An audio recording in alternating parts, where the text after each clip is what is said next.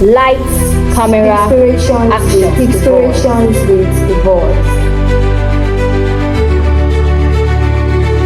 Hi there. Guess what? We have the first female to be spotlighted on our interview session. Welcome to another episode of our Discourse Chronicles at Speakspirations with the Voice. My name is Damilola Rotimi, and here with me is Ifeolu Adani. So today with us, we have the local organization president, OAU chapter of Obafemi Awolowo University, in person of Madam Mercy Akande Elizabeth. Meet Mercy Elizabeth Akande, a visionary leader and passionate youth advocate, making waves in leadership, community service, and digital innovation. As the 41st president of JCIN OAU, she has earned multiple awards for excellence and impact, including the Most Outstanding Executive Award and the Presidential Impact Award. Beyond titles, Mercy has gained hands-on experience in customer service, social media management, and digital communication, consistently driving results in every role. She's also a committed changemaker, having empowered students through Jumpstart Academy and volunteered with several NGOs focused on youth development and the UN Sustainable Development Goals.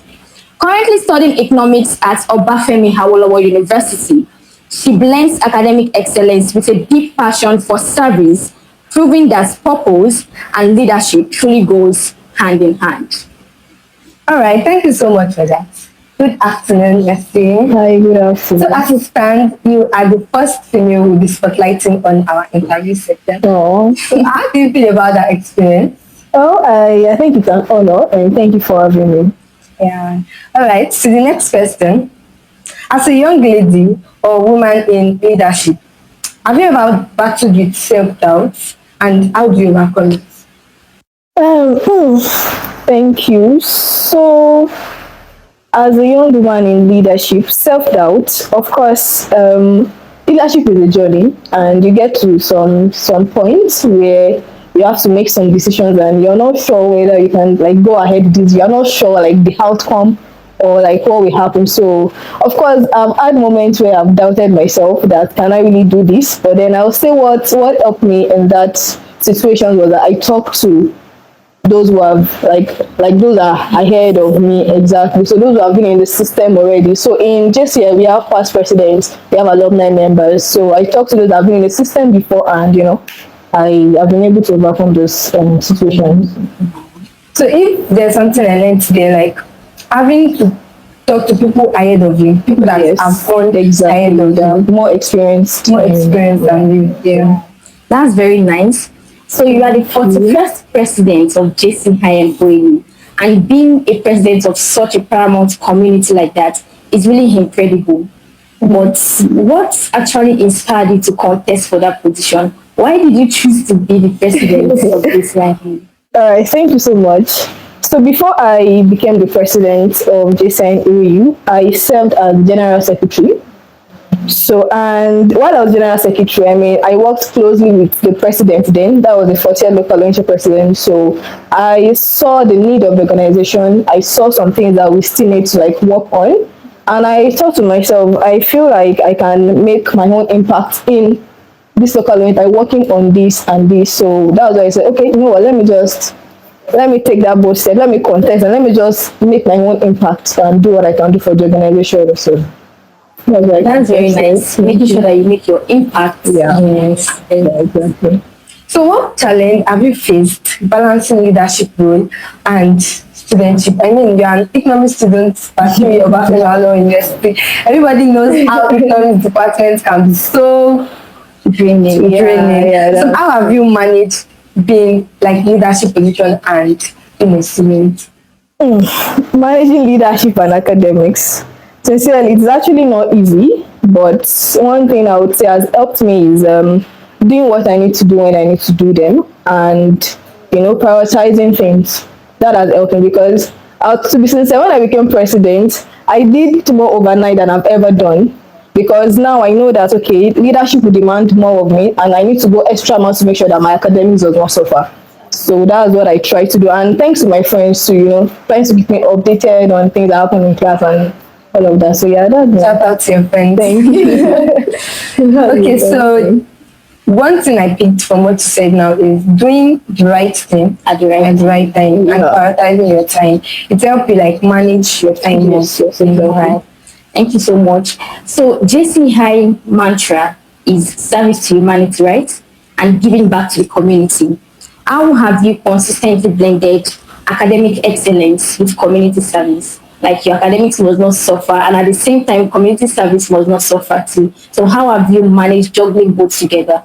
Mm, Thank you. Let me start from, when it comes to academic excellence, I would say that it is my duty, it's my responsibility. But when it comes to community service, it is the whole community. It's not just me that is taking up that role. So I have people around me that we are doing it together. So when it comes to academic excellence, I know what I have to do. If it's time to read, then I'm reading. If it's time to go for overnight, then I know I have to go for overnight. If it's time to attend classes, I know I have to attend classes. So then when it comes to community service and excelling in that part also, that is where the whole teamwork comes in. You bring people together so that you can all achieve the same. Because I know that when it comes to community service, I cannot do it alone. So that's where I work with people, I work with my team to ensure that, this we are doing it and, we excel in it. So Yeah. Teamwork. Nice. Teamwork. Exactly. teamwork is where. So what would you say to a young woman who feels like she's not good enough to lead? Well, I would say that I think I've heard people say there is no born leader. We all work towards it. So there's nothing like you're not good to lead. As long as you have a purpose. Like I always tell myself, leadership is not a title, it's a purpose. As long as you have something in you that you want to do, you have something in your mind that, okay, I think this is what I want to do. This is a change that I would like to, make. So there's nothing like you're not too good to lead. Just take that bold step and things will work out. Trust me. Things will always work out. Take the bold step. Exactly. Just take that first step. Oh, that's very nice. So, what's one thing people don't see behind the scenes? Behind all these awards, leadership roles, have you ever had to push through burnout or self-doubt to get things done? Yes, I have. I mean, behind the scenes, there's a lot that goes on. I mean, people just, when you come out, people just see, oh, the president, you do this, go for events, go for all these things and all that. But then behind the scenes, I would say there's a lot of struggles, to be sincere.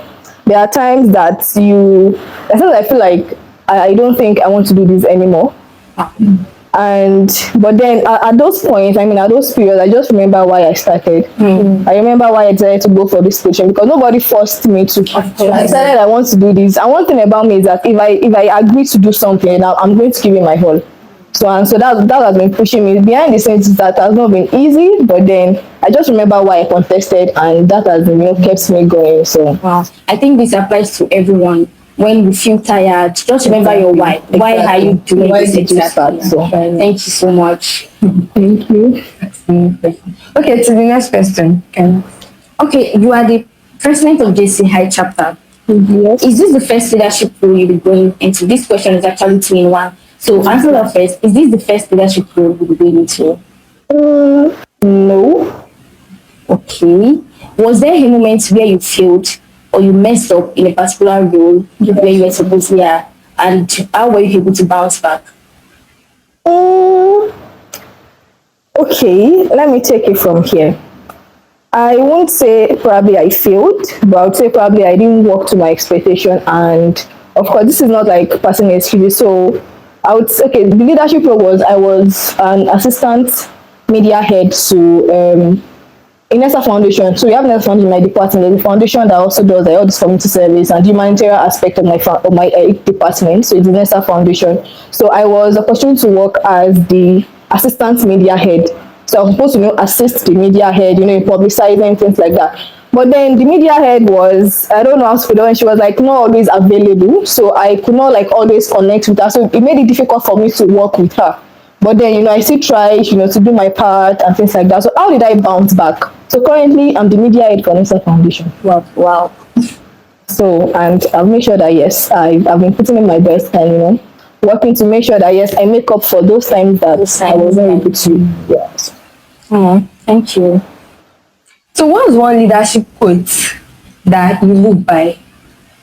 One leadership quote I live by, I think I've mentioned it when I was talking that leadership is not a title. Yeah. It is a purpose. I got that. Yeah, so, and one thing I believe is I believe in servant leadership, that's living from behind, serving others, putting people first, you know. So that's one thing I believe. Leadership is not a title. You can be a leader anywhere, like you can serve anywhere. As long as you have a purpose, you know what you want to do and what you want to achieve. So you don't have to have a title before you can lead. So That's why before you can I leave. was about to say that. exactly. Yeah, so That's how you title. before you can lead. So you can, that basically means you can actually lead from any position, like not necessarily being at the front line of leadership. Exactly. You can be among your friends, you know, and still be leading them, you know, from behind, you know, you influence them, you make impact in their lives. So you don't have to have a title before you do that. Leadership is not a title. Your purpose. All right, so the next question, this is quite personal actually. You know, everyone out there, they all have insecurities. So what's one personal insecurity you've had to grow past to become who you are today? Insecurities. Can you explain more? Like what? Can you like be specific or like try to explain more? Okay, like something you didn't like about yourself before that you've become confident about it now. Something I didn't like about myself before. Okay, let me say before. Okay, before I would say probably I'm not like this bold, like you know, taking up the stage and you know speaking in front of the crowd. But I mean, over time, I've been able to overcome that aspect of me, especially when I take up leadership role, like when I've taken up leadership roles, because I know recently I was opportune to be among the trainers for I think JCIN for one of their intended members training. And before that time, I got an invitation to also like host a training, like be a trainer for it, and I declined. Why? Because I feel like I'm not ready. Like I still have not like developed that part of me, that side of me. But then you know, over time, I mean, I'm here, so I'm trying to overcome it. So yeah. Being here is even an evidence that you're able to overcome that. Okay, so what have you sacrificed in order to grow to this version of yourself? Like, what are those things that you feel like if you were doing, like you were in that life before, you might not have gotten to this point? Like those things you sacrificed in order to get to this point where you are? Things I've sacrificed to get to this point. Of course, everything we do, you know, takes a lot of sacrifices. Yeah. I would say one thing is that, you know, getting to where I am, I think there's one thing that is paramount, and that is time management. And if you're someone that will manage your time, you have to be able to like cut off some things, like some frivolities and some other things. So I'm not saying I do not have fun, but then I try as much as possible to make sure that I engage my time in things that are meaningful. So I cut off things I know that will not probably add any value to me, or will not like I won't make the most of my time by doing those things. So I try to. One thing about me is I don't like engaging in like meaningless conversations. So I'm a person of few words, so I don't like talking too much. So I don't like say like frivolous or like too much meaningless conversation. So most times if I'm in class, if you see me in class, after classes, probably most times if I don't go for meetings, I'm back to my hostel. So I try to make sure that I engage my time in things that are meaningful and things that are beneficial to me. So that's one of the things you sacrifice your time, like spending your time. Exactly. Yeah. So time management. All right. So who is your biggest cheerleader or your support system at this particular stage that you are? My biggest cheerleader. Okay. One person, or I can mention. No, you have your cheerleaders. Okay, I would say my biggest cheerleader is number one, my friends. So shout out to your friends. Thank you. So my friends have actually been there for me, and of course I have my siblings also. And there's someone very personal to me that is also my biggest cheerleader. So it was actually through this person that I was able to join the organization, and the person has been following up with me, to make sure that I mean till I get to this stage that I am. So shout out to that person. Shout out to Shout out to that person. All right. So, what's your go-to reset button when life seems overwhelming? When life seems overwhelming for me, I think I've mentioned that there are times when I feel overwhelmed, and so at those times or those periods, I always take a break. So in leadership, trust me, you have to know when to take a break. Take a break. You have to know when to take a step back. I was just telling a friend of mine recently that he's currently organizing an event, and he's currently burning out, he's sick, and he's still like trying his best to make sure that this event goes well. I'm like, you know what? If anything should happen to you, this event will be good. exactly. So in this time, you have to know when to take a break and when to take care of yourself and prioritize your own health and your own person. So when I get overwhelmed or when things seem overwhelming for me, I take a break. I take a step back. I take a break to rejuvenate myself. Take care of myself and do what I have to do. Before then, I come back and we are back to business. Come back from Exactly. So. Okay, so reading from your bio, I can see that you've served in leadership position in so many places. But then, apart from being a leader, what is one thing that's made you to become who you are today? Something that has made me become who I am today, I would go back to how everything started. Okay. And so everything started when I was in my junior secondary school. So then I was opportune to be a part of, I will call it an NGO also. It's called Jumpstart Academy. So in that, I thank you to Omotola that founded that academy. So in that academy, so from junior secondary school, from GSS1, GSS2, GSS3. So when you're in GSS3, so you can join the academy. So what they do is that they take us tutorials, academic aspects, and also teach us on leadership aspects too. So while I was part of that academy, we'll do tutorials, we'll do leadership trainings, we'll do community service, like even as teenagers, we'll go to communities, we'll do cleanups, we'll do Children's Day events and stuff. So it was like since then that I've developed this passion for community impact, for community service. And I think we should have more of those communities in secondary school. Yes. Because the earlier the better. Trust me, the earlier the better. And unfortunately, the academy is no more functioning. But it's it is one of my dreams to make sure that I also have a foundation like that. Something that will help young people as they are growing up so that they can start as early as possible. So that is actually what has brought me to this stage of my life. That's not early. You can never be very precise. That's not early. Yes. So okay. Thank you. So what's one silly mistake that when you remember, you just laugh about try to do that over time? Let me try to remember. Let me try to remember one silly mistake that I did. Probably when you started out as a leader. Yes. Okay.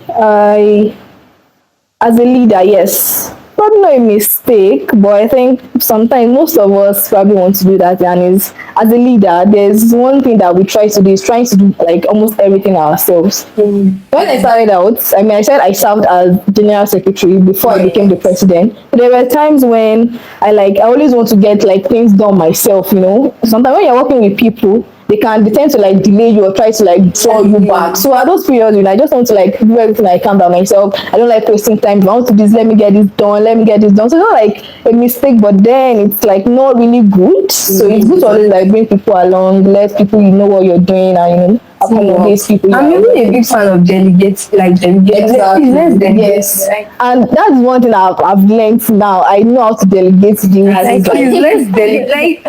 Everybody, can we just be involved? And one thing I've realized is that even when you delegate, give people the opportunity to also grow. Exactly. And that is one thing I've really appreciated. And also, no man is an island of knowledge. What I don't even know, somebody in the team might actually know it better. So and I've done it, and people have amazed me. I gave people duties to do, and they do beyond what I actually thought. So I was so excited because if I didn't thought to do this, I wouldn't know that this person can actually do this the way they did. So it's been interesting. Alright, so delegation of duties. So those people that like to one man. Okay. So What would you? Okay, I think we've asked that question. How do you stay authentic in a world where everyone is creating this perfect story? How do you stay authentic? How do you stay real? How do people just like this is who I am? I mean, there's nothing to hide in me. How do you stay authentic? If that is one thing that I would say I can boast of, it is that I am authentic, like I am real. I don't have anything to hide. I don't know how to pretend. If you ask my friend, like they will tell you almost the same thing about me. Like everyone will tell you almost the same thing about me, and that is who I am. I do, like, I approach things the way I would normally as my own person. You know, people are different. We have different personalities and different behavioral characters, but I've tried to stay true to myself.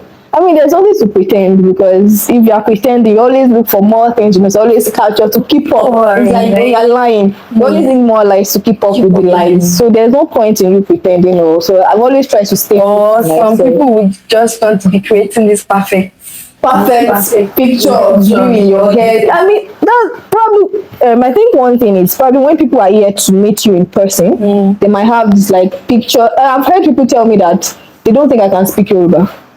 And I'll be like, if I speak Yoruba for you, God, because I'm from Ibadan.